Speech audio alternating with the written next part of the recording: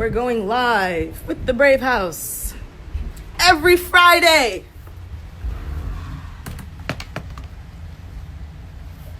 Hi.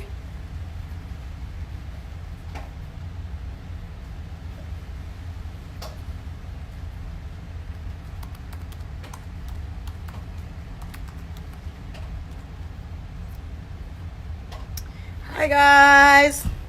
Welcome to the live. I'm so excited to be here. We're waiting for Candi to log on.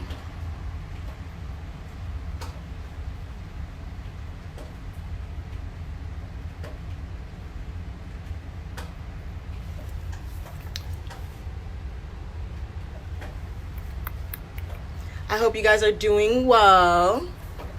It's rainy in Florida today. Hi. It's a bit rainy, but I kind of like the rain. Hi. I'm so excited too, guys. Yes. Invite to Candi. We're connecting. Ah, you look so pretty. I wish I would have got the memo. You look great. I love it. Thank you. I guess this interview gives everybody a reason to dress up and like do their hair, be cute. Yeah. I did. I feel this is something that I look forward to. I'm like, they're gonna love it as is. How are you doing today? I'm doing good. I woke up really early today, so I'm making the most out of it. Is this your first time going on live? This is actually my second time, and Okay. I'm like new to the live thing, so I was like, how do you connect? Yeah, it's a bit tricky, but they kind of make it easy. You just like request, and I just click yes. Yeah, So, is it only for two people? So I'm gonna run and put my phone on the charger because what I don't want is for it to die. So let me run and do that really quick. Or I don't even have to.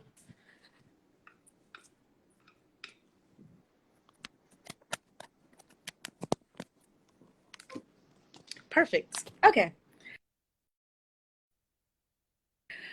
We want to make sure we have no technical difficulties with technology. So I see we have a few people who've joined in. Thank you so much for joining the Brave Pod. I'm going to tell you guys a little bit about the Brave House if you guys don't know. The Brave House supports immigrant girls from ages 16 to 24 in New York City. We provide legal services and holistic services. And usually we have like different types of programs for all the girls to come in during different parts of the week, whether it's tutoring or art classes or dance classes. And you guys know because of COVID, we have suspended all of our like programs, but we've been doing a lot of fun things through Zoom and WhatsApp, and we've just been trying to keep the girls engaged. So having this podcast is a great way to do that as well. So thank you guys for joining. We have Candi here, who's our interviewee, and we're going to just jump right into the questions whenever you're ready. I'm good. Perfect. So the first question, ready? What are 3 things that make up your identity and why? 3 things that make up my identity are my cultural background. So I'm Mexican, so I really try to stay close, but also learn about other cultures, but more so like reclaiming my identity and learning more about my past, my ancestors, right? And whether that is through like literature or through like direct conversations with like my family members or extended family. Also Brooklyn. So I live in Brooklyn. I was raised here, but I actually grew up in Mexico my early childhood. So Mexico is also another part of my identity. So yeah. So Mexico, Brooklyn, do you have one other? Another location, it'd be It could be anything. mm, mm, I would say language. I feel Language, yeah. like I feel like language is something that I myself am trying to get in more involved with, especially when it comes to like reclaiming indigenous language like Nawa. So Mm, I feel it's a learning process. I do know Spanish, but I feel there's this thing calling me to mm. really like reclaim that lost language. I love that. And I definitely can kind of relate because I was just speaking to one of my family members. So my family's from Haiti. And a lot of people think that they teach and everyone speaks Creole in Haiti, but actually they teach kids in French and they speak Mm, Creole at home. And I was just thinking about how like that's a huge language issue because if you're not educated, then you never really learn French and you speak Creole, but you don't really learn how to write it or read it because it's not really taught in school. And then most of right, these families come over to the US and learn a whole different language, but their kids are trying to figure out how to like speak Creole slash French slash English with their parents. So that was my right, experience. So I could definitely understand. And if you feel like language is calling you, I would figure it out. I mean, there's so much richness and culture in language. I feel like there would be no culture without language. So I think that's really impressive. right. And I also think that the language really encompasses that like lost connection. So like that Mhm. lost history perhaps, right? Like there Right. might be something that I could understand, even text or just different forms of communicating. So you know how in Spanish there's like I love Spanish more than English just because you can say so many things in Spanish and they just mean so many different things. In Mm-hmm. English it's just like a really one straightforward kind of communication. So I'm really curious and I really would like to learn now and see if there's similarities in that sense. I'm sure there is because there are even similarities in like even Creole and English, which would you would never think so. So like my cousin was just saying the word intuition, but in Creole, and I already knew what she meant. I was like, oh, it's actually intuition. It sounds exactly the same, but it's off by one or two syllables. And I love finding those little like connections in between like cultural differences. It's so cool. Which leads me to my second question. What is one way you're taking care of yourself right now? I know like COVID-19 is kind of putting like a pause on everybody's kind of plans, and we're kind of at this space where we're uncertain on like, should we be planning, should we be sitting still, should we be doing things. It's a lot. So what are you doing to like maintain your mental health right now? So I actually love to draw and paint. Like I've been doing art since I was very little. Mm, Um, Actually, since like I last recall, so I grew up in Mexico, right? My early childhood. So when I came back, actually my mom was the first one to kind of like give me a pen and paper, be like, "Oh, let's draw together." And so from that day, I really, really enjoyed drawing. And I think it's very helpful to release stress. When sometimes I feel like very stressed or overwhelmed with work. I know I have finals this week, so I'm very stressed. right. Um, so I try to like make some time to draw and paint. And I actually have a couple of painting right here that I've been Oh working yeah, on during this show us. time. We would love to see. And so this one is a shoulder squinking, which is the That's Aztec dog. beautiful. That is Aztec not dog. just a hobby, girl. That is incredible. Wow. Thank you. I'm very impressed.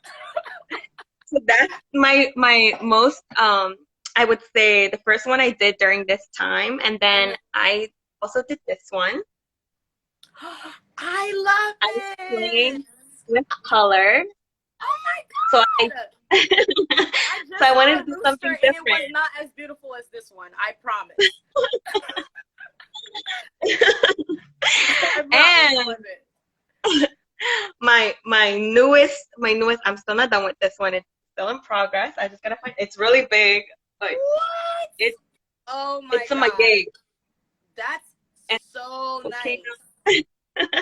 I feel like It's I still feel like unconsciously you're bringing a lot of your heritage in these paintings, because like the Yes. rooster, the colors that you're using, I could definitely feel like it's cultural. Yeah, and that's exactly what I intend to do with hopefully want to make these like a series of paintings where I share and inculcate my culture and also kind of explore with color and other ideas into it, but definitely cultural I aspect. love that. I love that. Speaking of culture, I want to go back to what we were talking about before, how you were learning the new language in Mexico. How are you learning that language, by the way? So I what I like to do is I start with YouTube, so like Hold on. What is it self-teaching called again? myself. I wanna learn. I wanna be able to say it. It's the language is called Nawa, Nawa. Nawa, Nawa. Nawa. So how are hmm you learning Um, Nawa? so like through YouTube, so YouTube really helps me kind of like learn a couple of words, and what you kind of see is there's a similarity with like connection. So like for example, Sholo, Hmm. like the dog, Sholo is like God, like Sholo Squinkly is like the God of like lighting and death. So Mm, like just putting words together, right? Or like you said, like is there similarities with words that we already know? Like aguacate hmm. is like avocado, and Wow. like there's similar things like that. So just understanding like the basics, but I'd really like to go to Mexico and take courses. I actually went to study abroad in Quintana Roo where I was learning Yucatec Maya. Wow. And I feel like if I find another immersion program that can really give me like all aspects, like living in a community, learning the language firsthand from people who speak the language, is going to make me like learn it like I should be learning it and not through YouTube. Do you know the percentage of the population in Mexico that still speaks Nawa? Not quite, but I know there's a pretty good percentage of them of people who speak. My grandma actually used to speak, but she never passed it down to my father. See, that's why it's important, that heritage, to passing down these stories. That's amazing. So what's something that you're excited about? I see you have these amazing paintings. I'm excited like for you over here. So what's something that you're excited about during this time? Like, I know it might seem like there's nothing to be excited about, but there's always something to be excited about. Yeah, I think so too. Okay, so time to do more paintings and more art and stuff, but I definitely think time to involve and again like learn language, explore other research. So I like doing research, and I know might sound like really, No, but I girl, really I like enjoy doing doing research too. research. That's how you learn new things all the time. Yeah, so I'm excited to read books that I have and I haven't really gotten the time to read completely. Hmm. So for example, I really want to read The Wondrous Life of Oscar Wilde by Junot Wow. Diaz. I've heard I really have good things about that book. yeah, so I have it, but I haven't had the time to read it. So I think looking at my library and just like looking through the books and reading them. Right. That's That's exciting. something I'm also excited about doing the same thing because now I get to read books, finish the books that I've never been able to finish. I used to try to read on the train with 500 people next to me. It never worked. I um, actually was able to do that. I was even actually able to like do my homework, like if I had what? a seat. What train Yeah. were you taking? I mean, I would only take one train to school, Okay, back and forth. So it's like if I had a seat, like I would have the time to do it. that's cool. That was the best part about the trains, getting things done. I got a lot of Yeah. things done on the train. Final question. Um, what's something that you would like to say to someone who's possibly struggling right now in any capacity? Um, I feel like knowing that things will be okay. Like there are times and days when we think things are rough or like things are like falling apart, and it's okay to feel overwhelmed or like it's okay to like miss someone. Um, Mm-hmm. no, it's okay, and just taking the time to really like find what you need at that moment is very important, and to really like get to it. Like If you need to sleep, sleep. If you need to like push a deadline aside, like do it, because right now you need to be taking care of yourself, of your mental health, of your physical health, and like if you are not taking care of that, nobody's gonna take care of that but you. And like, Right. you know, you have to put yourself first, Right. especially during this.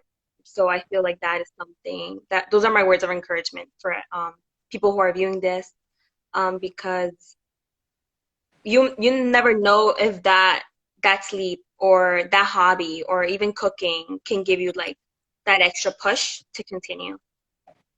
I love that because I'm reading this book right now. It's called A New Earth, and there was this section in the book how they're like two people are having a conversation about how someone is feeling, and she just says, the person says to them, just go ahead and let yourself feel that.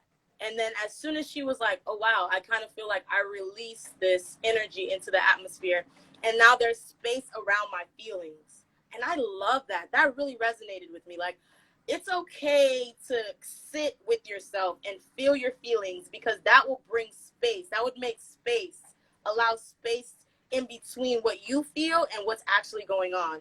And that will help you Right. reflect and move forward, or just like figure out why you're feeling that way. Is it important to even feel like that? And where it stems from. I think this time is the perfect time to be reflecting, doing self-care, self-love. I know it's really hard for some people because they're in this space with their families, but finding that little, like taking a walk or finding that one little section in your house where you could just be by yourself and reflect, I think it's a beautiful time to do that. Thank you so Yeah. much for joining. Thank you. Thank you. I really enjoyed. My favorite part about this interview was your paintings. Can you like flash them up one more time for us? You're too talented. Yes. Ah, that's so great. Well, thank you so much. Thank you for Thank you. watching. Rapid fire questions, actually. Thanks, Lauren, for reminding us. So rapid questions. It's usually it's a game. So basically, I start a sentence and you finish the sentence. Is there like a right or wrong? There's no right or wrong. There's no right or wrong. So I'm just gonna wing it because I don't have it right in front of me right now. So I'm just gonna say a sentence and you finish it. Ready? Right now, I feel Inspired. I am happiest when I am doing. Eating. My favorite food is Ice cream. One thing I would love to say to someone right now is, You will be okay. if I could share one thing with anyone, I would say,